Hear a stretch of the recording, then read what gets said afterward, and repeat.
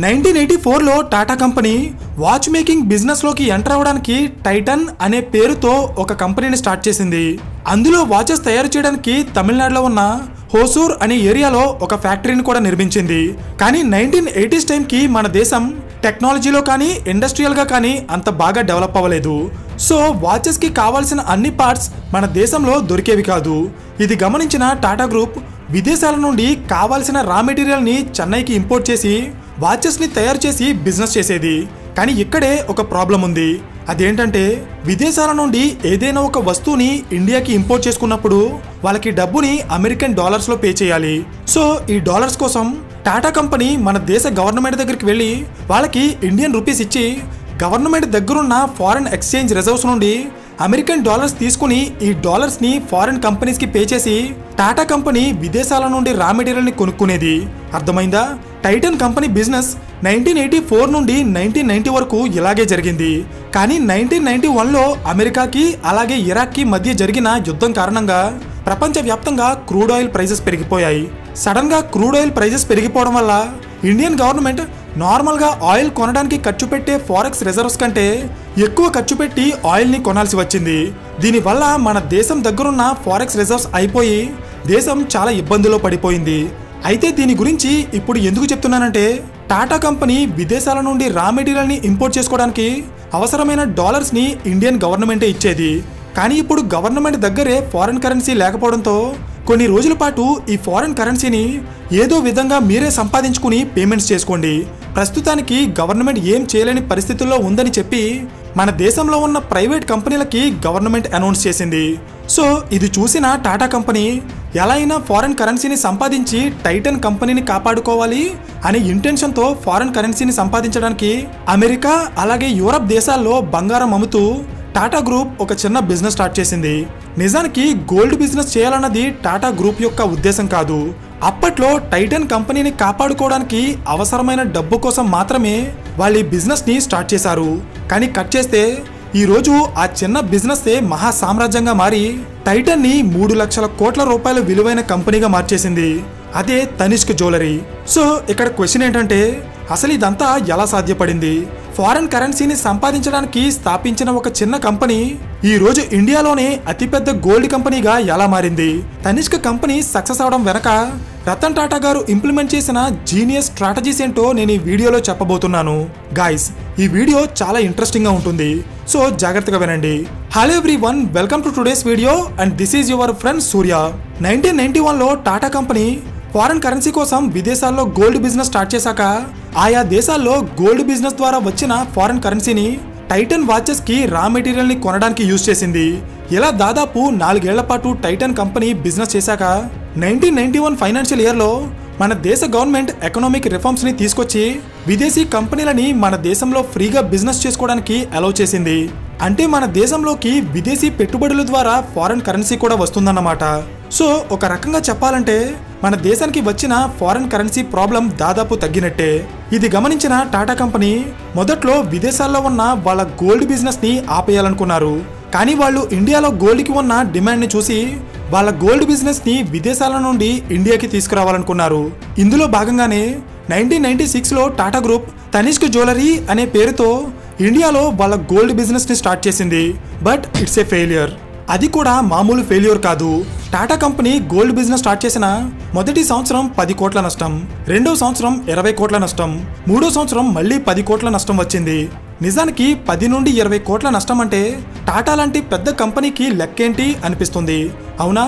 కానీ 1990s టైంకి ఒక బిజినెస్ స్టార్ట్ చేసిన 3 ఏళ్లలో దాదాపు 40 కోట్ల రూపాయల నష్టం అంటే అది అంత ఈజీ కాదు. సో ఇది చూసిన చాలా మంది బిజినెస్ మ్యాన్స్ రతన్ టాటా గారిని ఈ గోల్డ్ బిజినెస్ క్లోజ్ చేసి టైటన్ వాచ్ బిజినెస్ మీద ఫోకస్ చేయమని సజెస్ట్ చేశారు. కానీ రతన్ టాటా గారు దీనికి ఒప్పుకోలేదు. అసలు ప్రజలు తనిష్క్లో బంగారాన్ని ఎందుకు కొనడం లేదు? ప్రజలకి ఏం కావాలి? ఇండియన్ గోల్డ్ బిజినెస్లో ఏం జరుగుతుంది? టాటా గ్రూప్ ఎక్కడ వెనకపడుతుంది? ఇలాంటి ఎన్నో క్వశ్చన్స్కి టాటా తన దగ్గరున్న టీంతో ఇన్డెప్త్గా అనాలిసిస్ చేయించారు. ఈ ప్రాసెస్లో టాటా గ్రూప్కి కొన్ని ఇంట్రెస్టింగ్ విషయాలు తెలిసాయి. అవేంటంటే ఇప్పటి వరకు టాటా కంపెనీ విదేశాల్లో గోల్డ్ బిజినెస్ చేసింది. అక్కడ గోల్డ్ని కేవలం ఒక ఆర్నమెంట్గా మాత్రమే చూస్తారు. అందుకే వాళ్ళకి డిజైన్ నచ్చితే వెంటనే కొనేస్తారు. కానీ ఇండియాలో అలా కాదు. భారతీయులకి బంగారం అంటే కేవలం ఒక ఆర్నమెంట్ మాత్రమే కాదు, ఇది ఒక ఇన్వెస్ట్మెంట్, ఒక సేఫ్టీ, ఒక నమ్మకం. అందుకే మన వాళ్ళు బంగారం కొనేటప్పుడు దాని డిజైన్ కంటే కూడా క్వాలిటీకి ఎక్కువ ప్రయారిటీ ఇచ్చి బాగా తెలిసిన వాళ్ళ దగ్గర అలాగే నమ్మకస్తుల దగ్గర మాత్రమే బంగారాన్ని కొంటారు. సింపుల్గా చెప్పాలంటే మన జనరేషన్లో ఖజానా, లలిత జ్యువెలర్స్ అండ్ మలబార్ లాంటి చాలా కంపెనీల దగ్గర మనం బంగారం కొంటున్నాం. కానీ మన పేరెంట్స్ టైంలోనో లేదా మన తాతల టైంలోనో చూస్తే వాళ్ళు బంగారాన్ని పెద్ద పెద్ద షాప్స్లో కాకుండా వాళ్ళకి బాగా నమ్మకం ఉన్న చిన్న చిన్న షాప్స్లో మాత్రమే కొనేవారు. ఇది చాలా మందికి తెలిసిన నిజం. సో ఇండియాలో ఉన్న మెజారిటీ ప్రజలు 1990s టైంకి ఎక్కువగా బంగారాన్ని వాళ్ళకి బాగా తెలిసిన వ్యక్తుల దగ్గర మాత్రమే కొనేవారు. కానీ ఇక్కడే ఒక స్కామ్ జరిగేది. అదేంటంటే ప్రెజెంట్ మనం గోల్డ్ కొనేటప్పుడు దాని ప్యూరిటీ చెక్ చేయడానికి చాలా సర్టిఫికేట్స్ అండ్ మెషిన్స్ వచ్చేసాయి. కానీ 1990s టైంకి అవేమీ ఉండేవి కాదు. సో ఇది గమనించిన కొంతమంది గోల్డ్ షాప్ ఓనర్స్ నమ్మకం అనే పేరుతో ప్రజలని మోసం చేసేవారు. ఎలా అంటే తక్కువ క్వాలిటీ గోల్డ్ని ఎక్కువ క్వాలిటీ అని చెప్పి ప్రజలకి అమ్మేసేవారు. ఇది కస్టమర్స్కి తెలియదా అంటే మ్యాక్సిమం తెలిసేది కాదు. ఎందుకంటే అప్పట్లో గోల్డ్ యొక్క ప్యూరిటీ అండ్ క్వాలిటీని చెక్ చేసే ఎక్విప్మెంట్లు అందుబాటులో ఉండేవి కాదు. సో ఇదంతా గమనించిన తర్వాత రతన్ టాటా గారికి ఒక విషయం బాగా అర్థమైంది. ఇండియన్ గోల్డ్ బిజినెస్లో సక్సెస్ అవ్వాలంటే మెయిన్గా ఫోకస్ చేయాల్సింది గోల్డ్ జ్యువెలరీ యొక్క డిజైన్స్ మీదో లేదా డిస్కౌంట్స్ మీదో కాదు, గోల్డ్ యొక్క క్వాలిటీ అండ్ కస్టమర్ ట్రస్ట్ మీద ఫోకస్ చేయాలి. సింపుల్గా చెప్పాలంటే ఇండియన్ కస్టమర్స్కి మంచి క్వాలిటీ బంగారాన్ని అమ్మి స్లోగా వాళ్ళ నమ్మకాన్ని సంపాదించగలిగితే అప్పుడు నెక్స్ట్ వచ్చే 2 to 3 జనరేషన్స్ వరకు కూడా వాళ్ళంతా టాటా కంపెనీ దగ్గరే బంగారాన్ని కొంటారు. లాజిక్ అర్థమైందా? ఇది 1999లో రతన్ టాటా గారు వేసిన ప్లాన్. సో ఈ ప్లాన్ని ఎగ్జిక్యూట్ చేసి కస్టమర్స్ నమ్మకాన్ని గెలుచుకోవాలంటే ముందు వాళ్ళు లోకల్ గోల్డ్ షాప్స్లో మోసపోతున్నారు అనే విషయాన్ని వాళ్ళకి తెలిసేలా చేయాలి. దాని తర్వాత తనిష్క్లో బంగారం యొక్క క్వాలిటీ ఎలా ఉంటుందో వాళ్ళకి అర్థమయ్యేలా చూపించాలి. సో దీన్ని సాధించడానికి రతన్ టాటా అలాగే ఆయన టీం కలిసి కొన్ని స్ట్రాటజీస్ని ఇంప్లిమెంట్ చేశారు. ఆ స్ట్రాటజీస్ ఏంటో మీకు అర్థం కావాలంటే ముందు తనిష్క్ కంపెనీ అప్పటి వరకు చేసిన మిస్టేక్ ఏంటో మీకు తెలియాలి. అదేంటో చెప్తా చూడండి. విదేశాల్లో ఉన్న ప్రజలు బంగారాన్ని ఒక ఆర్నమెంట్గా మాత్రమే చూస్తారు. సో వాళ్ళకి గోల్డ్ యొక్క క్వాలిటీ కంటే దాని డిజైన్ అండ్ స్ట్రెంతే చాలా ముఖ్యం. ఇది గమనించిన టాటా గ్రూప్ మొదట్లో అమెరికా అలాగే యూరప్ దేశాల్లో 18 క్యారెట్ గోల్డ్ అమ్ముతూ బిజినెస్ చేసేది. బికాస్ ప్యూర్ గోల్డ్ అనేది చాలా స్మూత్గా ఉండి తొందరగా గీతలు పడటానికి కానీ డ్యామేజ్ అవ్వడానికి కానీ ఎక్కువ ఛాన్సెస్ ఉంటాయి. అదే 18 క్యారెట్ గోల్డ్ అయితే స్ట్రాంగ్గా ఉండి ఎక్కువ రకాల ఆర్నమెంట్స్ చేయడానికి బాగా సూట్ అవుతుంది. విదేశాల్లో 18 క్యారెట్ జ్యువెలరీని ఎక్కువగా కొనేవారు. సో టాటా కంపెనీ ఇండియాలో తనిష్క్ బిజినెస్ స్టార్ట్ చేసినప్పుడు విదేశాల్లో అమ్మినట్టే ఇక్కడ కూడా 18 క్యారెట్ గోల్డ్ ఐటమ్స్ని అమ్మడానికి ట్రై చేసింది. కానీ నేను ఆల్రెడీ చెప్పినట్టే ఇండియాలో గోల్డ్ని ఒక ఇన్వెస్ట్మెంట్లా చూస్తారు కాబట్టి ఇక్కడ తక్కువ క్వాలిటీ గోల్డ్ని ఎవరు కొనరు. మ్యాక్సిమం 22 క్యారెట్ లేదా 24 క్యారెట్ గోల్డ్నే ఇండియాలో కొంటారు. సో ఇది గమనించిన టాటా గ్రూప్ ఇమీడియట్గా వాళ్ళ షోరూమ్స్లో ఉన్న 18 క్యారెట్ గోల్డ్ని తీసేసి దాని ప్లేస్లో 22 క్యారెట్ గోల్డ్ని రీప్లేస్ చేసింది. అంటే ఇప్పుడు వాళ్ళ దగ్గర ప్రజలకి కావాల్సిన ప్రోడక్ట్ ఉంది. ఇంకా చేయాల్సిందల్లా ప్రజలు వాళ్ళ షోరూమ్కి వచ్చేలా చేయాలి. దీనికి టాటా గ్రూప్ కొన్ని స్ట్రాటజీస్ని ఇంప్లిమెంట్ చేసింది. అవేంటో చెప్తా చూడండి. Strategy number 1, the carat meter campaign. ఇదేంటంటే జర్మనీలో బంగారం యొక్క క్వాలిటీని చెక్ చేయడానికి క్యారెట్ మీటర్ అనే ఒక మిషన్ ఉండేది. దాని ధర 10 లక్షల రూపాయలు. ఈ మిషన్లో ఏ బంగారు ఆభరణాన్ని పెట్టినా దాన్ని స్కాన్ చేసి ఆ గోల్డ్ యొక్క క్వాలిటీని చెప్తుంది. సో ఈ మిషన్స్ని టాటా కంపెనీ బల్క్లో ఆర్డర్ చేసి మన దేశంలో ఉన్న అన్ని తనిష్క్ షోరూమ్స్లో పెట్టి ఫ్రీ గోల్డ్ టెస్ట్ అని అనౌన్స్ చేసింది. అంటే ఎవరైనా వాళ్ళ దగ్గరలో ఉన్న తనిష్క్ షోరూమ్కి వెళ్ళి వాళ్ళ గోల్డ్ యొక్క క్వాలిటీని ఫ్రీగా టెస్ట్ చేసుకోవచ్చు. జనరల్గా ఇండియాలో ఫ్రీ అంటే ముందుకు వస్తారు కాబట్టి ఈ స్ట్రాటజీ సక్సెస్ అయ్యి ఇండియాలో ఉన్న కొన్ని లక్షల మంది ప్రజలు వాళ్ళు లోకల్ షాప్స్లో కొన్న బంగారాన్ని తీసుకొచ్చి ఈ తనిష్క్ షోరూమ్స్లో టెస్ట్ చేసుకున్నారు. ఇక్కడ షాకింగ్ ఫ్యాక్ట్ ఏంటంటే వీళ్లలో 60% ప్రజలు మోసపోయారు. వీళ్ళు లోకల్ గోల్డ్ షాప్లో ఎక్కువ డబ్బు పెట్టి లో క్వాలిటీ బంగారాన్ని కొనుక్కున్నారు. ఇది తెలిసిన కస్టమర్స్కి ఇప్పుడు వాళ్ళ నష్టాన్ని భర్తీ చేసి క్వాలిటీ బంగారాన్ని అమ్మే ఒక నమ్మకమైన కంపెనీ కావాలి. అండ్ ఎగ్జాక్ట్గా ఇదే టైంలో టాటా గ్రూప్ తనిష్క్లో వాళ్ళ సెకండ్ స్ట్రాటజీని ఇంప్లిమెంట్ చేసింది. అదే strategy number 2, impure to pure scheme. అంటే ఎలా లోకల్ షాప్స్లో మోసపోయిన ప్రజలు ఎవరైనా సరే ఒకవేళ వాళ్ళ దగ్గరున్న బంగారం 19 క్యారెట్స్ కంటే ఎక్కువ ఉండి 22 క్యారెట్స్ కంటే తక్కువ ఉంటే అప్పుడు వాళ్ళు ఆ బంగారాన్ని తనిష్క్ షోరూంలో ఇచ్చేసి జస్ట్ మేకింగ్ ఛార్జెస్ని పే చేసి 22 క్యారెట్ బంగారాన్ని తీసుకెళ్ళిపోవచ్చు. సింపుల్గా చెప్పాలంటే 22 క్యారెట్ కంటే తక్కువ ఉన్న బంగారాన్ని తనిష్క్ షోరూంలో ఇచ్చి దానికి బదులుగా 22 క్యారెట్ గోల్డ్ని తీసుకెళ్లొచ్చు అన్నమాట విత్ మేకింగ్ ఛార్జెస్. నిజానికి ఇది ఒక లాస్ మేకింగ్ స్ట్రాటజీ.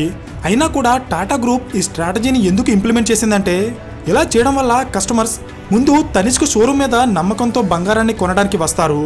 వన్స్ వాళ్ళకి తనిష్క్ మీద నమ్మకం వస్తే నెక్స్ట్ 20 to 30 ఇయర్స్ పాటు వాళ్ళు అదే కంపెనీ దగ్గర బంగారాన్ని కొంటారు. అంటే ఇప్పుడు వాళ్ళు నష్టపోయినా ఫ్యూచర్లో లాభపడతారన్నమాట. బిజినెస్ టెర్మినాలజీలో దీన్నే కస్టమర్ ఎక్విజిషన్ కాస్ట్ అంటారు. అంటే కస్టమర్స్ని ఒక కంపెనీ వాళ్ళ దగ్గరికి రప్పించుకోవడానికి ఖర్చు పెట్టే డబ్బు అన్నమాట. అర్థమైందా? ఈ రెండు స్ట్రాటజీస్ ఇంప్లిమెంట్ చేశాక స్లోగా తనిష్క్ కంపెనీ యొక్క సేల్స్ అండ్ ప్రాఫిట్స్ పెరగడం స్టార్ట్ అయ్యాయి. ఎంతలా అంటే 1996లో 32 కోట్లుగా ఉన్న తనిష్క్ సేల్స్ 2003 వచ్చేటప్పటికి 389 కోట్లకి పెరిగాయి. అంటే మీరే అర్థం చేసుకోండి ఈ స్ట్రాటజీస్ ఎంత బాగా పనిచేశాయో. నెక్స్ట్ తనిష్క్ బిజినెస్ని గ్రౌండ్ లెవెల్కి తీసుకెళ్లడానికి, అంటే చిన్న చిన్న టౌన్స్లో ఉన్న ప్రజలు కూడా తనిష్క్లో గోల్డ్ కొనేలా చేయడానికి Tata group Tanishq franchises start చేసింది. అంటే ఎవరైనా తనిష్క్ బ్రాండ్ నేమ్ మీద బంగారం బిజినెస్ చేయాలనుకుంటే వాళ్ళు టాటా కంపెనీకి కొంత అమౌంట్ని పే చేసి వాళ్ళ ఫ్రాంచైజ్ని తీసుకోవచ్చు. ఇది తనిష్క్ని దేశం మొత్తం ఎక్స్పాండ్ చేయడానికి చాలా బాగా హెల్ప్ అయింది. అయితే రోజులు గడిచే కొద్దీ తనిష్క్ ఒక ప్రీమియం గోల్డ్ బ్రాండ్గా మారిపోయింది. ఈ షోరూమ్కి ధనవంతులు తప్ప మిడిల్ క్లాస్ వాళ్ళు పెద్దగా రావడం లేదు. ఇది గమనించిన టాటా గ్రూప్ మిడిల్ క్లాస్ పీపుల్ని అట్రాక్ట్ చేయడానికి మంత్లీ గోల్డ్ స్కీమ్ని ఇంట్రడ్యూస్ చేసింది. దీనివల్ల తనిష్క్ కంపెనీ సేల్స్ చాలా వేగంగా పెరిగి ఈ కంపెనీ టాటా గ్రూప్లోనే one of the most profitable బ్రాండ్గా మారిపోయింది. అయితే ఇక్కడే మీకు ఒక విషయం తెలియాలి. అదేంటంటే తనిష్క్ అనేది టాటా గ్రూప్లో ఒక సెపరేట్ కంపెనీ కాదు. ఇది టాటా గ్రూప్ అండర్లో టైటన్ కంపెనీ కింద పనిచేసే ఒక సబ్ బ్రాండ్. జనరల్గా టైటన్ అంటే చాలా మంది వాచెస్ మాత్రమే అనుకుంటారు, అవునా? కానీ టైటన్ అంటే వాచెస్ ఒక్కటే కాదు. టైటన్ అండర్లో మొత్తం 16 బ్రాండ్స్ ఉన్నాయి. ఇందులో తనిష్క్ ఒకటి. కానీ ఇక్కడ ట్విస్ట్ ఏంటంటే ఈ కంపెనీ అండర్లో ఉన్న 16 బ్రాండ్స్లో తనిష్క్ ఒక్కటే టైటన్ కంపెనీకి 88% రెవెన్యూని కంట్రిబ్యూట్ చేస్తుంది. సింపుల్గా మీకు అర్థమయ్యేలా చెప్పాలంటే టైటన్ కంపెనీ సంపాదించే ప్రతి 100 రూపాయల్లో 15 కంపెనీలు కలిసి 12 రూపాయలు సంపాదిస్తే తనిష్క్ ఒక్కటే 88 రూపాయలు సంపాదిస్తుంది. అంటే మీరే అర్థం చేసుకోండి టాటా గ్రూప్లో తనిష్క్ ఎంత ముఖ్యమైన బ్రాండో. ఈ రేంజ్లో గ్రో అయ్యే బ్రాండ్స్ టైటన్ అండర్లో ఉండటం వల్లే 1999లో 4 రూపీస్ దగ్గర స్టార్ట్ అయిన టైటన్ కంపెనీ షేర్ ప్రైస్ ఈ రోజు ఏకంగా 3700 రూపీస్కి పైగా ట్రేడ్ అవుతుంది. అంతేకాదు ఫేమస్ ఇండియన్ ఇన్వెస్టర్ అయిన రాకేష్ జుంజున్వాలా తన జీవితంలో ఎక్కువ డబ్బు సంపాదించడానికి కారణం కూడా ఈ టైటన్ షేరే. అంటే మీరే అర్థం చేసుకోండి ఈ కంపెనీ ఏ రేంజ్లో గ్రో అయిందో. సో మీలో ఎవరైనా టాటా గ్రూప్కి సంబంధించిన ఏదైనా కంపెనీ షేర్ని కొని ఉంటే అదే కంపెనీయో కింద కామెంట్ చేయండి. అండ్ ఈ వీడియో మీకు ఇన్ఫర్మేటివ్గా అనిపిస్తే ఖచ్చితంగా లైక్ చేసి ఇలాంటి మరిన్ని బిజినెస్ కేస్ స్టడీస్ కోసం ఛానల్ని సబ్స్క్రైబ్ చేయండి. So thank you for watching and I will see you in the next video. Till then this is your friend Surya signing of.